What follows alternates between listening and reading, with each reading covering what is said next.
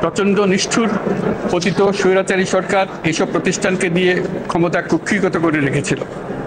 আমরা তার এই প্রচেষ্টা ব্যর্থ করে প্রতিষ্ঠানগুলোর হারানো গৌরব ফিরিয়ে আনব। ডক্টর মুহাম্মদ ইউনূসের নেতৃত্বে গঠিত অন্তর্বর্তী সরকারকে স্বাগত জানিয়েছে চীন। বাংলাদেশের সঙ্গে কাজ করার প্রতিশ্রুতি ব্যক্ত করে বেইজিং জানিয়েছে পারস্পরিক বিনিময় ও সহযোগিতা অব্যাহত থাকবে। চীনের পররাষ্ট্র মন্ত্রণালয়ের এক মুখপাত্র এক বিবৃতিতে একথা জানিয়েছেন। চীনের পররাষ্ট্র মন্ত্রণালয়ের মুখপাত্র বলেছেন, চীন দেখতে পেয়েছে যে বাংলাদেশ একটি অন্তর্বর্তী সরকার গঠন করেছে এবং আমরা একে স্বাগত জানাই। চীন কঠোরভাবে অন্য দেশের অভ্যন্তরীণ বিষয়ে হস্তক্ষেপ না করার নীতি অনুসরণ করে।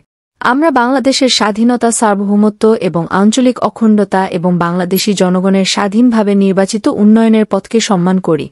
চীনা পররাষ্ট্র মন্ত্রণালয়ের মুখপাত্র আরও বলেন, আমরা বাংলাদেশের সব মানুষের সঙ্গে ভালো প্রতিবেশী ও বন্ধুত্বের নীতিতে দৃঢ়ভাবে অটল আছি এবং থাকব। তিনি আরও বলেন, চীন ও বাংলাদেশের মধ্যে বন্ধুত্ব দীর্ঘ ও গভীর।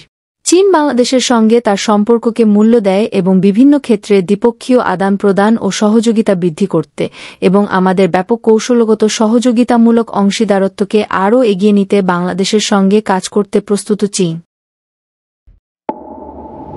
এতক্ষণ সাথে থাকার জন্য ধন্যবাদ।